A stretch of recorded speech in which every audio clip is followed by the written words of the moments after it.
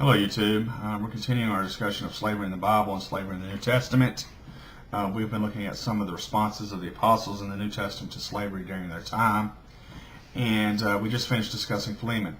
Now we're going to turn our attention to the objection often lobbed by the skeptics, and that is the New Testament, the writings of the apostles actually condone slavery. The question is to what extent could this be considered, or their writings be considered condoning slavery, as voiced as a typical objection?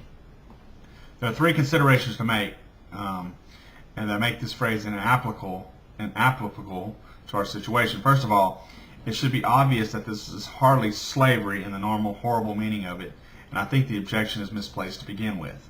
Secondly, condoning means in contexts like this, approve, sanction, or usually reluctantly, according to the Oxford Dictionary. The New Testament data we have looked at certainly doesn't sanction it, but it rather strongly encourages the church to move away from it, and explicitly condemns those elements of it that were clearly wrong: slave trading, malice, anti-community social views of it, and so on. The very elements in the New World or modern slavery that we find problematic. We've already seen how a blanket freedom emancipation would have been inappropriate given the type of slave system it was, and as an institution it was too ambiguous and too flexible to deserve a judgment of holy or a judgment of evil.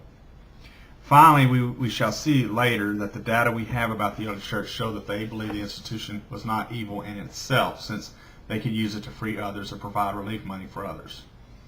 In the earliest non-biblical accounts we have, late 1st century, we can see this.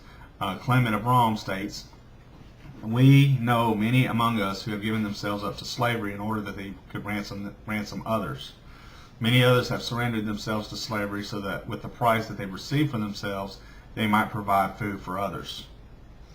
As we've already noted, an institution that was flexible enough as this could have been could not be considered evil per se. It could have been used evilly by participants in the institution, such as abusive masters or bribe requiring slaves, but the institution in and of itself was neither good nor bad.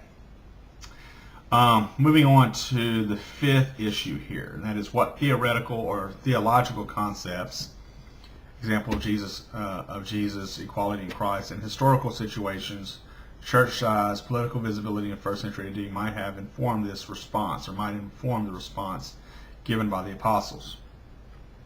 As I've already made the case, the Old Testament and New Testaments of slavery addressed are just not close enough to the New World slavery or non-consensual ownership to make skeptics' objections even relevant, much less accurate.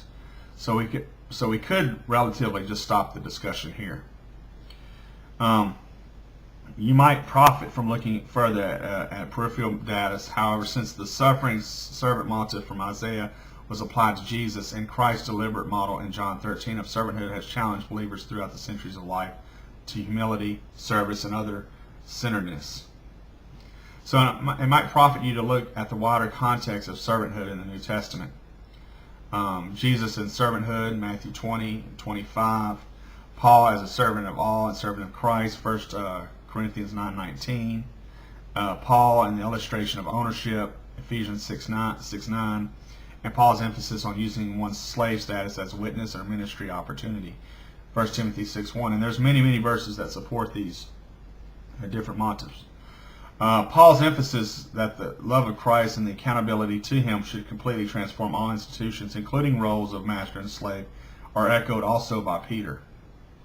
Masters are supposed to treat slaves as if they were slaves of Christ, Ephesians 6:9. They were not supposed to threaten the slaves, standard practice in their relationship, also Ephesians 6:9. They were to recognize that unlike the government's elite, they had no preferential treatment before God, also Ephesians 6:9. Masters were supposed to give slaves what was right and fair, Colossians 4:1. Slaves were not supposed to steal, Titus 2:9. Slaves were supposed to obey in sincerity of heart, which, by the way, would have been uncommon in those days, Ephesians 6:5. Slaves were supposed to do right even without supervision, again, uncommon practice, Ephesians 6:6. Slaves were supposed to work with all their heart, again, an uncommon practice, Colossians 3:23. So the slaves were supposed to demonstrate trustworthiness, and slaves were to emulate Christ even when confronted with undeserved harshness, 1 Peter chapter 2, verse 18. This represents nothing less than a radical transformation of the master-slave relationship when infused with the ethics of Christian love and other-centered actions, Philippians 2:4. And Paul has a few things to say as well. Paul and Peter's approach are in many, many ways the same. And of course, they could be seen as the same approach of Isaiah, Gandhi, or Martin Luther King Jr., nonviolent civil disobedience when faced with evil. In 1 Peter chapter 2, verse 18, we read, "Slaves, submit yourselves to your masters with all respects, not only for those who are good and considerate, but also those who are harsh. For it is commendable if a man bears upon the pain of the unjust suffering because he is conscious of God. But how is it to your credit if you receive a beating for doing wrong and endure it? But if you suffer for doing good and endure it, it is commendable before God. To this you are called because Christ suffered for you, leaving you an example that you should follow in his steps. He committed no sin, and deceit was found in his mouth. And when they hurled their insults at him, he did not retaliate. When he suffered, he made no threats. Instead, he entrusted himself to him who judges rightly." This amazing passage shows that slaves were only supposed to submit as far as their conscience allowed. We have already seen legal situations in which slaves were supposed to turn their masters in for criminal behavior, setting one boundary on submission. But this passage makes it a matter of conscience before God. We certainly have known cases of where Christian female slaves of the pagan masters refused to participate in immorality and were often martyred because of such.